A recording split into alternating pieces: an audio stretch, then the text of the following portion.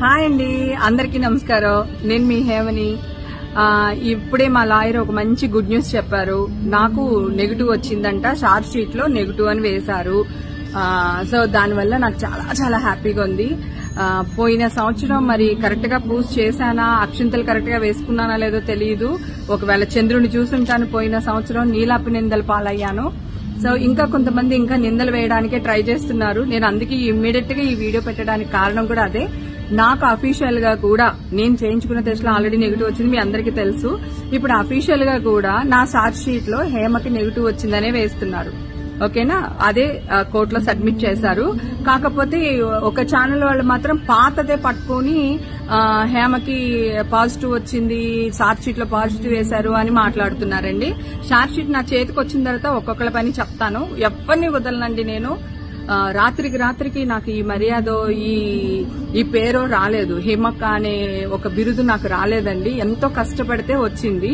So దాన్ని ఎవ్వరు నా జోలికి వచ్చినా కూడా నేను ఊరుకోను, నేను దాన్ని భరించను.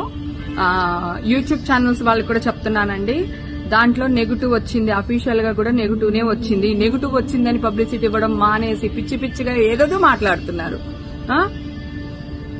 మీకు అసలు సర్లేండి, గుళ్ళో ఉన్నాను, మీతో నేను తప్పకుండా ఒక్కొక్కరిని ఎవరైతే నా మీద బ్యాడ్ న్యూస్ వేస్తున్నారో, నిజాలు దాచి అబద్దాల న్యూస్ ప్రచారం చేస్తున్నారో వాళ్ళందరినీ కూడా ఎవ్వరినీ ఊరుకోను. అందరినీ నేను వచ్చి తేల్చుకుంటాను. చార్జ్ షీట్ ఆల్రెడీ పిటిషన్ దాఖలు చేశారు మా లాయరు. చార్జ్ షీట్ నా చేతిలోకి రాగానే మళ్ళీ మీ ముందుకు వస్తాను. దేవుడికి మొక్కుకున్నాను, అంతా మంచి జరిగితే నీకు ప్రసాదం సమర్పించుకుంటాను అని. ఈ రోజు మంచి న్యూస్ వినగానే గుడికి వచ్చానండి, వినాయకుడి దగ్గరికి వచ్చాను. సో నాకు చాలా చాలా హ్యాపీగా ఉంది. నా అన్న తమ్ముళ్ళు హేమక్క అలా చెయ్యదు, హేమక్క మంచిది అని నమ్మిన ప్రతి ఒక్కరికి కూడా శిరసు వంచి నమస్కారం చేస్తున్నానండి. Thank you so much. నాకు నెగిటివ్ అనేది రావడం చాలా చాలా ఆనందంగా ఉంది. ఎంత ఆనందంగా ఉందో మాటల్లో చెప్పలేను అన్నమాట. చాలా థ్యాంక్ యూ సో మచ్. మీరు ఎప్పుడు నన్ను ఇలాగే బ్లెస్ చేయండి, హేమక్క నవ్వుతూ ఉండాలి అని. హేమక్కని నమ్మారు మీరు, మీ నమ్మకాన్ని ఎప్పుడు వమ్ము చేయను.